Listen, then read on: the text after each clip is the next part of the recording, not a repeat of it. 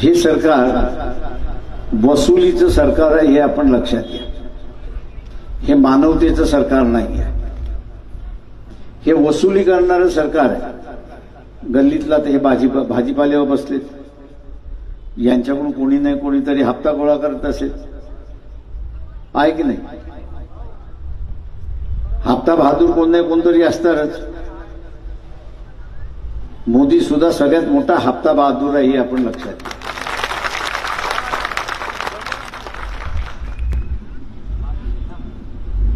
इथला हप्ता बहादूर स्वतः दब देतो आणि पैसे वसूल करतो. जो काही माणसं लावतो, पोरं लावतो, त्याच्या मार्फत वसूल करतो.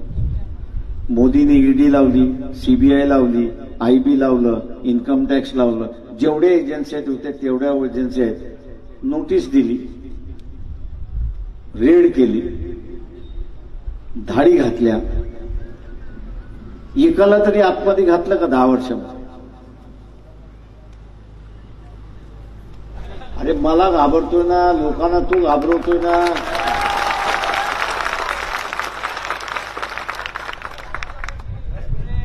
म्हणून या भागाचं प्रतिनिधित्व करण्यासाठी 26 तारखेला मतदान करत असताना प्रेशर कुकर समोरचं बटन दाबून आपण प्रतिनिधित्व करण्याची संधी द्या ही अपेक्षा बाळगतो. आणि आपली सगळ्यांची Please follow, like, share, comment and subscribe the Samyak Kranti channel. Thank you.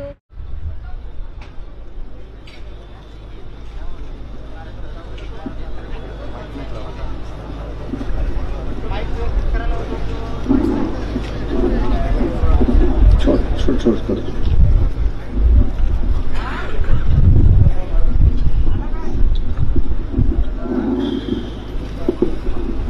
बस बरोबर.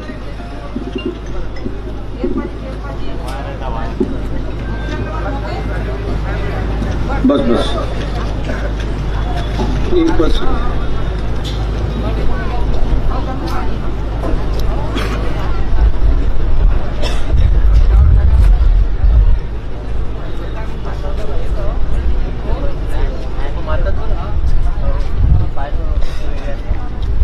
या मंचकावरती उपस्थित असलेले अब्दुल रहमान, रफीक कुरेशी, इम्रान भाई नगरसेवक, रवी इंगळे नगरसेवक, मोहन भाऊ वसुकार, निजाम भाई ललकार MIMचे आहेत, सतीश गवई, तवर खान वंचित शहराचे असणारे अध्यक्ष, याचबरोबर रिजवानभाई, रोकडेताई, कांबेताई या ठिकाणी, सुनील सरदार तालुक्याचे असणारे अध्यक्ष, मिलिंद निगळे, लक्ष्मीबाई वानखेडे आणि जुने जाणते ज्यांना पातूरवाले आम्ही असं म्हणतो असे असणारे रफीक पटेल, उपस्थित बंधूंनो आणि भगिनी, आज तारीख आहे 21. 5 दिवसानंतर म्हणजे 26ला मतदान आहे अशी परिस्थिती आहे. आणि 4 जूनला काउंटिंग आहे. एक नवीन सभागृह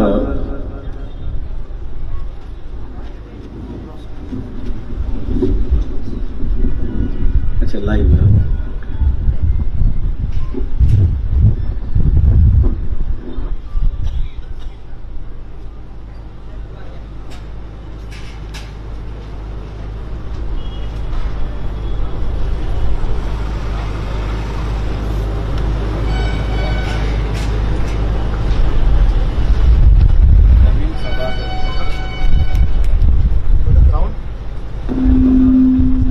नवीन सभागृह की जे 2024 ते 29 पर्यंत चालेल.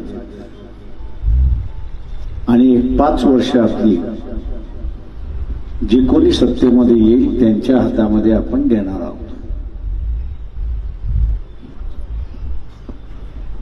मागच्या 5 वर्षामध्ये आपण असं बघितलं तर आम्ही दरवर्षाला 2 कोटी नोकऱ्या तयार करू आणि बेरोजगारी या देशातली मिटवू असं सध्याच्या सरकारने सांगितलं, नरेंद्र मोदींनी सांगितलं. त्यांच्याच सरकारची जी काही आकडेवारी आली त्या आकडेवारीनं दिसतंय संघटित असंघटित असा असणारा कामगार जो या 10 वर्षांमध्ये बेरोजगार झाला तो एकंदरीत 12 कोटी कामगार जो आहे तो बेरोजगार झाला. 2 कोटी दरवर्षी कामाला देऊ असं आश्वासन देणाऱ्या सरकारने 12 कोटी ज्याच्या हाताला काम होतं त्याला त्याच्या हाताचं काम काढलं आणि त्याला बेरोजगार केला अशी परिस्थिती आहे. मी उदाहरण असं आपल्याला देतो. तुमच्या सगळ्यांकडे मोबाईल आहे का? आहे का? सिम कोणाचं आहे? सगळे जिओ बरोबर. जिओ बरोबर अगोदर कोण होतं? आयडिया होते. अजून कोण होतं? एअरटेल होतं. अजून कोण होतं? वोडाफोन. अजून कोण होतं? BSNL. अजून कोण होतं?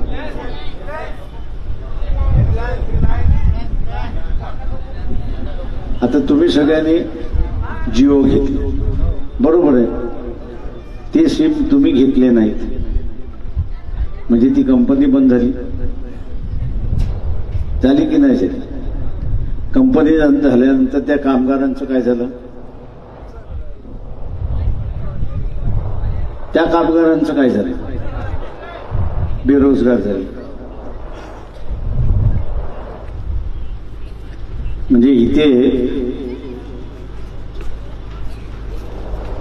हळूहळू शासनाचं धोरण असं होतंय की एका कोणाची असणारी मोनोपॉली व्हा.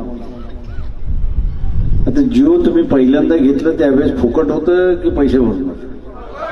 फुकट. आताही फुकट आहे.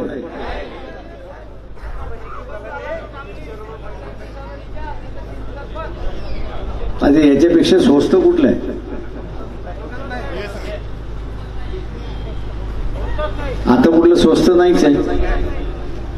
म्हणजे तुम्हाला फुकटची सवय लावली, चटक लावली, दुसऱ्याला स्पर्धेतून बाहेर काढलं. तो जेव्हा बाहेर गेला त्यावेळेस यांनी असताना तुमच्या खिशातून पैसे काढायला सुरुवात केली.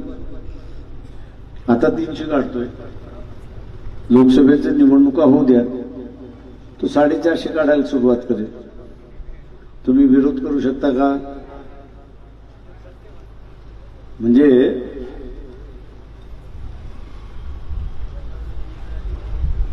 एका प्रकारची ही असणारी लूट, शासकीय लूट मी असं म्हणेन. शासनाने स्पर्धा झाली पाहिजे असं बघितलं पाहिजे. स्पर्धा झाली तर ग्राहकाला स्वस्त आणि चांगलं मिळतं. ग्राहकाला स्वस्त आणि चांगलं मिळतं. पण स्पर्धा एकदा संपली की स्वस्तही मिळत नाही आणि चांगलंही मिळत नाही. तुमचा जिओवरचा तुम्हाला समजा 5 मिनिटं बोलायचं असेल तर बोलू शकता का? कॉल ड्रॉप होतो की न होतो? किती वेळा होतो? खूप वेळा होतो ना. म्हणजे नवीन कॉल झाला, जे कॉल ड्रॉप झाला म्हणजे पुन्हा कॉल करावा लागतो आणि पुन्हा कॉल झाला म्हणजे नवीन कॉल झाला.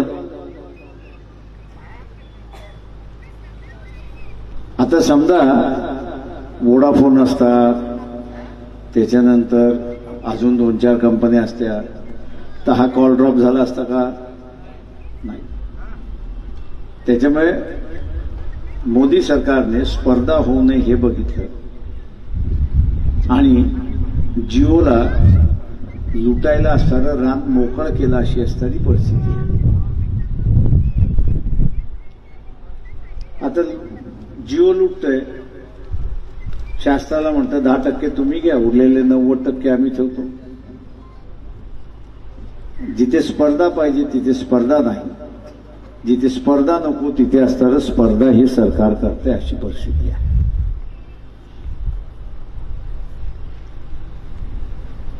मी आज असताना मानतोय की आपण या गोष्टीकडे आता बारकाईने पाहणं महत्वाचं आहे. बारकाईने पाहणं त्याच्यातलं महत्वाचं आहे. मी तुम्हाला एक उदाहरण दिलं की ज्याच्यामध्ये मास यूज आहे, म्हणजे प्रत्येक माणूस मोबाईल वापरतो, प्रत्येक माणूस मोबाईल वापरतो. नाही म्हटलं तरी महिन्याचे 300 रुपये तरी त्याचे त्या मोबाईलमध्ये जातात.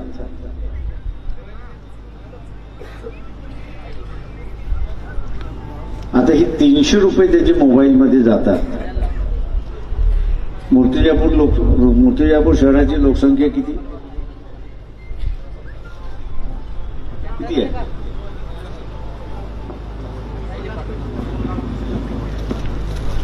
त्याच्यापैकी किती जणांकडे मोबाईल असेल? सगळ्यांकडेच. 2 लाखाकडे मोबाईल. 300 रुपयाने किती होतात?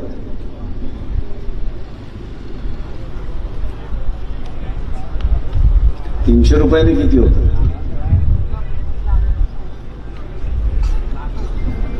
म्हणजे एका शहराचं एवढं ते जिल्ह्याचं किती आपण असा हिशेब करा.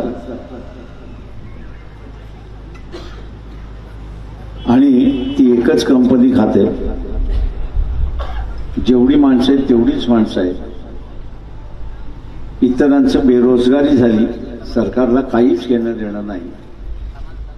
इथे एक कंपनी लुटायला लागली तर तिने लुटावं असं धोरण या ठिकाणचं आहे. आणि म्हणून आपल्याला सारं गांभीर्याने पाहणं हे महत्वाचं आहे. शहरी भागांमध्ये स्मार्ट सिटी आणली. मूर्तिजापूरचं का स्मार्ट सिटीमध्ये काय बदललंय का?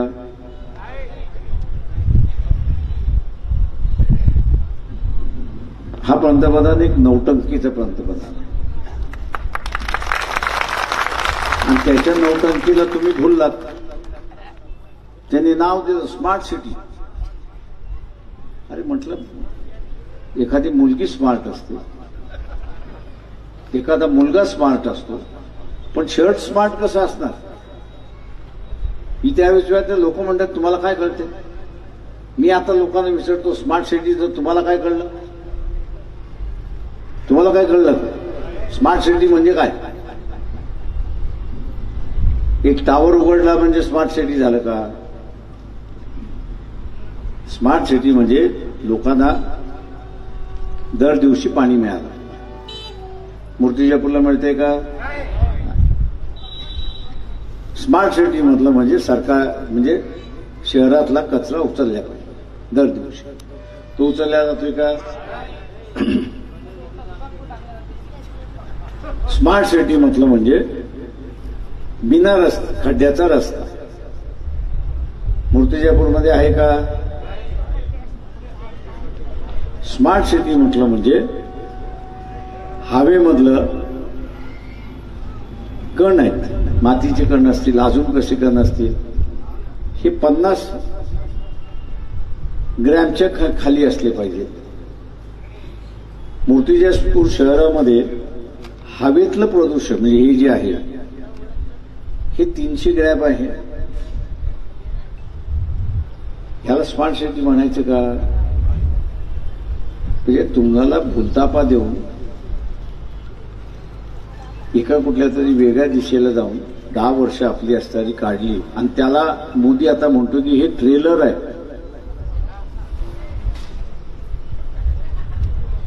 तो म्हणतो मी आता तुम्हाला ट्रेलर दाखवले, अख्खा पिक्चर दाखवायचाच राहिलेला आहे.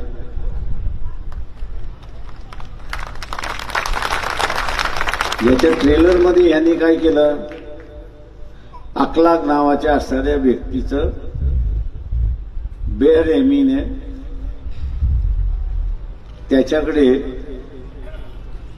मोठ्याचं मटण आहे म्हणून असणारं त्याचं कत्ल झाला की नाही झाला, हा ट्रेलर आहे.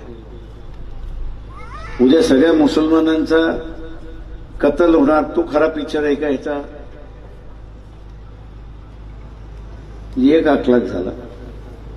आता उद्या पुन्हा त्याच्या पिक्चरमध्ये पुन्हा पूर्ण मुसलमान का आपला हाच त्याचा पिक्चर आहे का?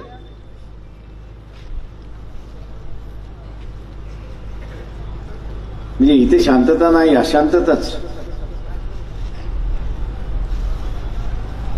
अरे इथे शेतकऱ्याला त्याच्या कापसाला भाव, सोयाबीन पडेल भावाने घेतल्यात, कडधान्याचा भाव कधी उतरतो कधी चढतो कळायला मार्ग. व्यापाऱ्यांच्या हातातला तो खेळ झाला. त्याच्याकडे लक्ष न देता हे सरकार जे आहे ते फालतू गोष्टींमध्ये लक्ष घालायला लागले.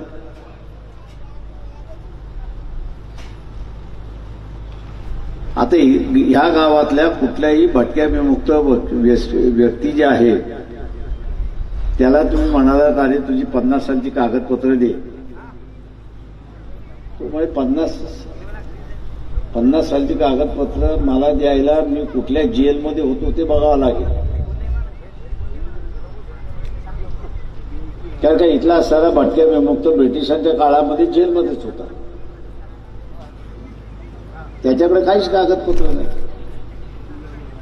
आता त्यांनी असणाऱ्या मुसलमानांना सांगितलं NRCC आहे, तुमच्याकडे कागदपत्र असेल तर तुम्ही नागरिकत्व, कागदपत्र नसेल तर तुम्ही नागरिकत्व नाही, आम्ही तुम्हाला जेलमध्ये टाकू. घटना म्हणते की त्याचा जन्म भारतामध्ये झाला, तो भारताचा नागरिक. आणि हे म्हणतात कागद दाखवल्याशिवाय तो नागरिक नाही. तू कागद दाखवल्याशिवाय नागरिक नाही. आता कागद जरी दाखवला आणि तो म्हणाला हे फर्जी आहे का, हा फर्जी कागद आहे, काय सिद्ध करणार तुम्ही?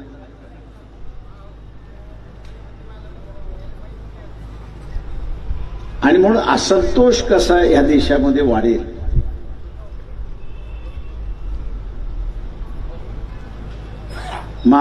समूहामध्ये नेहमीच भीती कशी राहील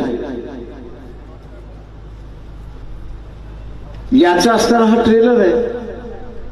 तो फक्त मुसलमानांमध्ये नाही, त्याला दाढी टोपी आता असणारा परवेजताईंनी या ठिकाणी सांगितलं की मुसलमानाला ओळखायसाठी दाढी आणि टोपी त्याची महत्वाचं आहे, पण ते त्याचं संरक्षण सुद्धा आहे हे आपण लक्षात घ्या. दाढी आणि टोपीचा मोर्चा निघाला की आपण काय म्हणतो, मुसलमानाचा मोर्चा निघाला, बरोबर? म्हणजे मुसलमानाने मोर्चा काढला की त्याचे हे 4 प्रश्न आहेत आपल्याला लक्षात येतात. दुर्दैव असं आहे की भारतीय जनता पक्ष आणि नरेंद्र मोदी हे मुसलमानाच्या विरोधात नाही आहेत, ते दाखवण्यासाठी मुसलमानाच्या विरोधात आहेत, पण खऱ्या अर्थाने ते इथल्या असणाऱ्या हिंदूंच्या विरोधात आहेत हे आपण लक्षात घ्या. याचं कारण सांग. मोदी पंतप्रधान कुठच्या वर्षी झाले? 14, बरोबर आहे. तुम्ही गुगलवरती गेलात आणि 2014 पासून ते आजपर्यंत किती भारतीय कुटुंब म्हणजे नागरिक कुटुंब यांनी कुटुंबाने भारतीय नागरिकत्व सोडलं असं जर टाईप केलं तर तुम्हाला आकडे येतील. तुम्हाला असं आकडे येतील. शासकीय आकडेप्रमाणे राज्यसभेमध्ये उत्तर दिल्याप्रमाणे 2014 पासून ते उत्तर येईपर्यंत 17 लाख हिंदू कुटुंब की ज्यांची संपत्ती 50 कोटीपेक्षा जास्ती आहे, ज्यांची संपत्ती 50 कोटीपेक्षा जास्ती आहे, त्यांना नामोहरण करण्यात आलं, त्यांना बेजार करण्यात आलं, त्यांना मेंटली टॉर्चर करण्यात आलं, नको नको ते असणाऱ्या गोष्टी करण्यात आल्या. आणि म्हणून कंटाळून या 17 लाख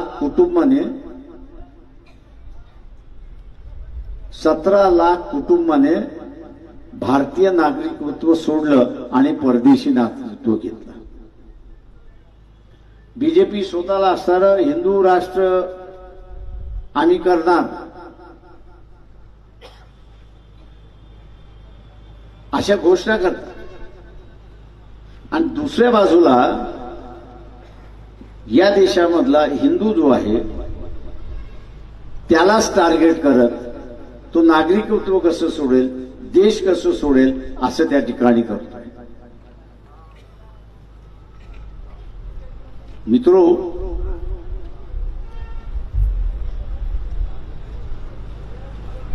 याच्या अगोदर म्हणजे 50 पासून ते 2014 पर्यंत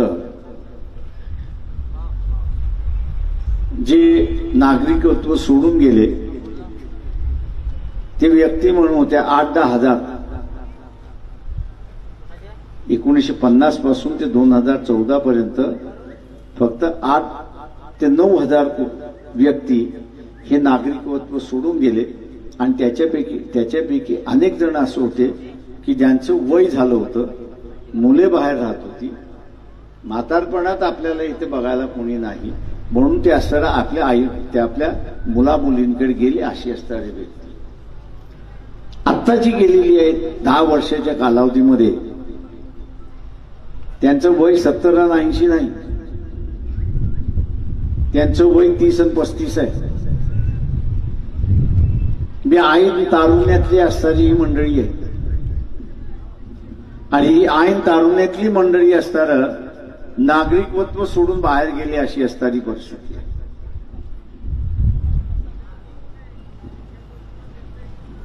आपण भारतीय जनता पक्ष आणि नरेंद्र मोदी यांना राज्य करायला दिलं. घटनेप्रमाणे तुम्ही राज्य करा, पण हे घटनेप्रमाणे राज्य न करता लोकांना बाहेर गारण्याचं कामकाज करतील आहे.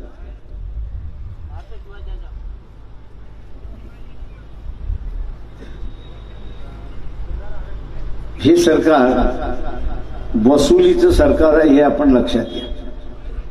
हे मानवतेचं सरकार नाही आहे. हे वसुली करणारं सरकार आहे. गल्लीतला ते हे भाजीपाल्यावर बसलेत, यांच्याकडून कोणी नाही कोणीतरी हप्ता गोळा करत असेल, आहे की नाही? हप्ता बहादूर कोण नाही कोणतरी असणारच. मोदी सुद्धा सगळ्यात मोठा हप्ता बहादूर आहे, हे आपण लक्षात घ्या.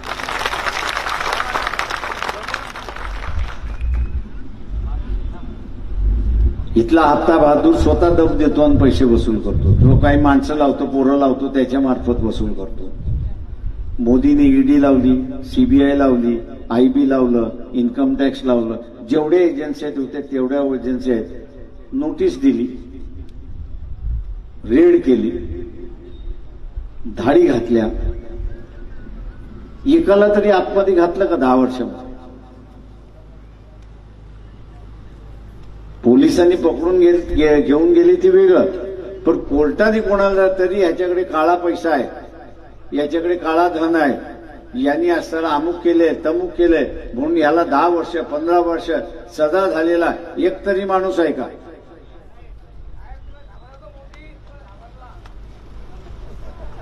अरे मला घाबरतोय ना, लोकांना तू घाबरवतोय ना.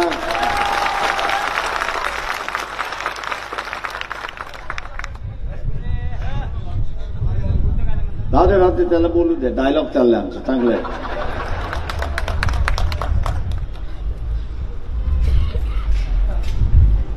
ही जी कुटुंब बाहेर गेली, 17 लाख हिंदू कुटुंब बाहेर गेली. या 17 लाख हिंदू कुटुंबांना टॉर्चर करण्यात आलं, त्यांच्याकडे वसुली करण्यात, वसुली द्या नाहीतर रेड मारतो, वसुली द्या नाहीतर असणारा तुमचं अख्खं खानदानाचं नाव जे आहे ते बदनाम करून टाकतो.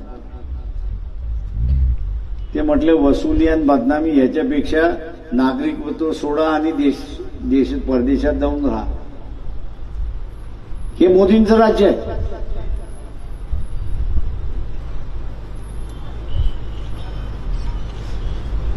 हे मोदींचं राज्य आहे. संघवाले असतील त्यांनी सांगावं की ही माहिती मी खोटी आहे. त्यांना कुठेही चॅलेंज करायला मी तयार आहे. त्या का 2017ला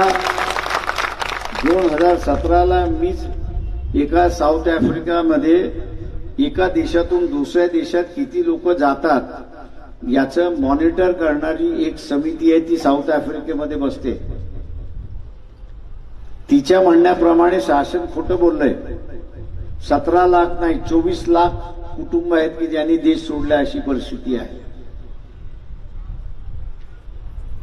पंतप्रधानाचं कार्यालय मानवतेचं कार्यालय न राहता हे आता वसुलीचं कार्यालय झालंय, हे आपण लक्षात घ्या. हिंदू धर्माचा असणारा डिंडोरा पिटतोय, सगळं पिटतोय, सगळं करतोय, पण शंकराचार्याचं ऐकायला तयार नाही. किती जणांचे लग्न झाले मला सांगा. तिथी बघितली की न बघितली? काय नाही बघताय. पत्रिका माझ्याकडे येतात त्यावेळेस असताना शुभ वेळ अमुक अमुक, म्हणजे वेळ बघितलेला आहे. विश्वास ठेवता न विश्वास ठेवता हा वेगळा आहे, पण शुभ वेळ काय हे माणूस बघतो.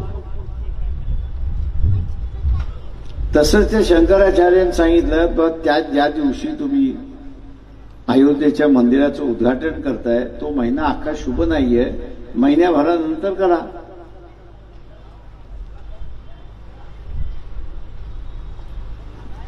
ते बिचारे शंकराचार्य, त्यांना राजकारणाशी काही घेणं देणं नाही, आणि म्हणून त्यांनी असणारा त्यांचा जो अभ्यास आहे, तिथीचा अभ्यास आहे, त्या तिथीच्या अभ्यासाप्रमाणे सांगितलं. मोदींनी ऐकलं पाहिजे होती की नको? पण ऐकलं का? हा हेकेखोर माणूस आहे की नाही? तुमच्या कुटुंबामधला तुमचा कुटुंब प्रमुख तुम्ही हेकेखोर करणार का? का नाही करणार? का नाही करणार? तुम्ही हेकेखोर माणूस कुटुंबाचा प्रमुख का करणार नाही?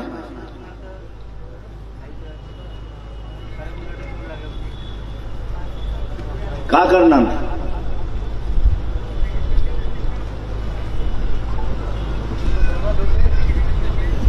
म्हणजे कुटुंबातला प्रमुख तुम्ही असणारा हेकेखोर माणूस का करत नाही? ते मी तुमच्या कुटुंबाचं म्हणतोय, त्याच्या कुटुंबाचं नाही म्हणत. तुमच्या कुटुंबाचा प्रमुख तुम्ही असणारा हेकेखोर माणूस तुमच्या कुटुंबातला आहे, त्याला करणार का? का नाही करणार? न्याय देता येणार नाही. आता जो शंकराचार्याचा ऐकत नाही तो हेकेखोर आहे की नाही? मग त्याच्या ह्याच्यामध्ये राज्य कसं देत आहे?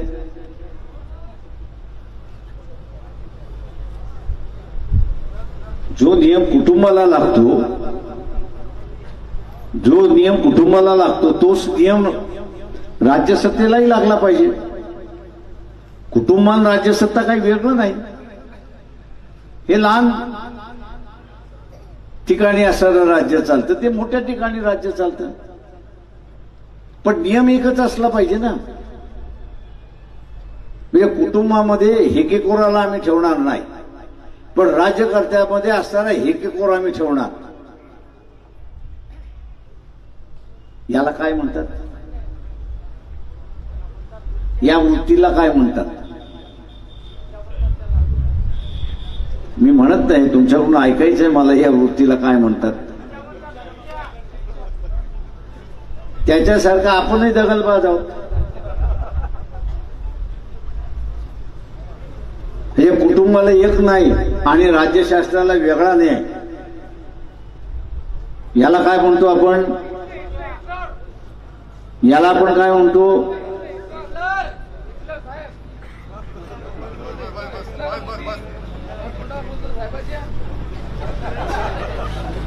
जाऊ द्या, माझा मित्र चाललाय, जाऊ द्या. हे आपण असताना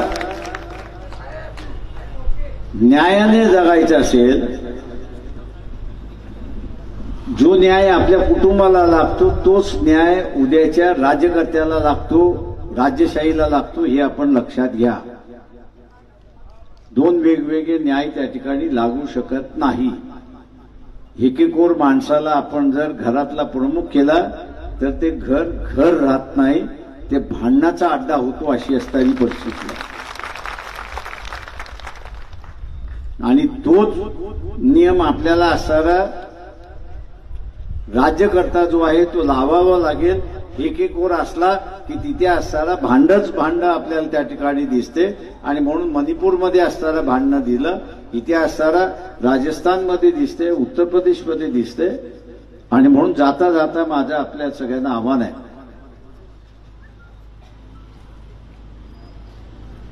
की इथलं की पंतप्रधान हा अमुक असला पाहिजे, तमुक असला पाहिजे, याच्यापेक्षा ज्याला आपण निवडून देतोय, आपल्या मतदारसंघातला असणारा माणूस जो आपण निवडून देतोय, तो माणूस होईबा आहे की नाही हे बघणं महत्वाचं. तो होईबा असला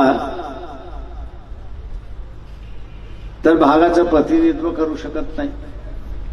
तो होईबा नसेल तर तिथलं प्रतिनिधित्व करू शकतो, अशी परिस्थिती आहे. आणि म्हणून या भागाचं प्रतिनिधित्व करण्यासाठी 26 तारखेला मतदान करत असताना प्रेशर कुकर समोरचं बटन दाबून आपण प्रतिनिधित्व करण्याची संधी द्या, ही अपेक्षा बाळगतो आणि आपली सगळ्यांची रजा घेतो. जय हिंद. धन्यवाद सर. यानंतर मुस्लिम समाजाचे ज्येष्ठ कार्यकर्ते अदर अली फौजी कुरुम हे श्रद्धे बाळासाहेब आंबेडकरांच्या हस्ते पक्षप्रवेश करणार आहेत. मी श्रद्धे साहेबांना विनंती करतो की त्यांना पक्षप्रवेश द्यावा.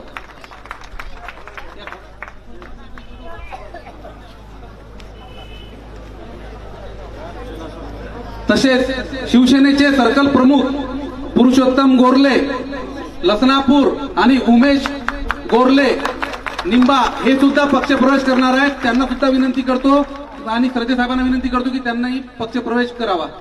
तसेच मदन कांबळे हे वंचित बहुजन आघाडीचे कार्यकर्ते श्रद्धे बाळासाहेब आंबेडकरांना पक्षनिधी देत आहेत.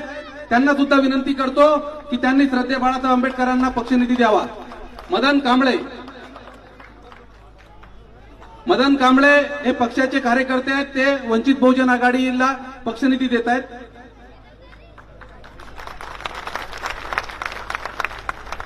यानंतर या कार्यक्रमाचे आभार या शहराचे वंचित बहुजन आघाडीचे शहराध्यक्ष तसरवर खान यांना विनंती करतो की त्यांनी आपलं आभार प्रदर्शन करावं. तसरवर खान. आज के इस कार्यक्रम के लिए आप यहाँ पर आए, अपना टाइम से टाइम निकाले और आने वाले 26 तारीख को 2024 के मतदान में ज्यादा से ज्यादा बाला साहब वोट देकर कोकर प्रेशर निशानी है, इस पे मतदान करके बाला साहब को कामयाब करें. आप यहाँ पर अपना टाइम निकाल के आए सभी मंच श्रद्धेय बाला साहब अम्बेडकर, मैं आपको धन्यवाद देता हूँ और आप सभी को यह कार्यक्रम यहाँ क्लास हुआ, सबका आभार प्रकट करता हूँ. वंचित बहुजन आघाडीचा बाळासाहेब आंबेडकर तुम आगे बढ़ो, तुम्हारे साथ है. बाळासाहेब आंबेडकर तुम आगे बढ़ो, हम तुम्हारे साथ है. वंचित बहुजन आघाडीचा, वंचित बहुजन आघाडीचा विजय असो. वंचित बहुजन आघाडीचा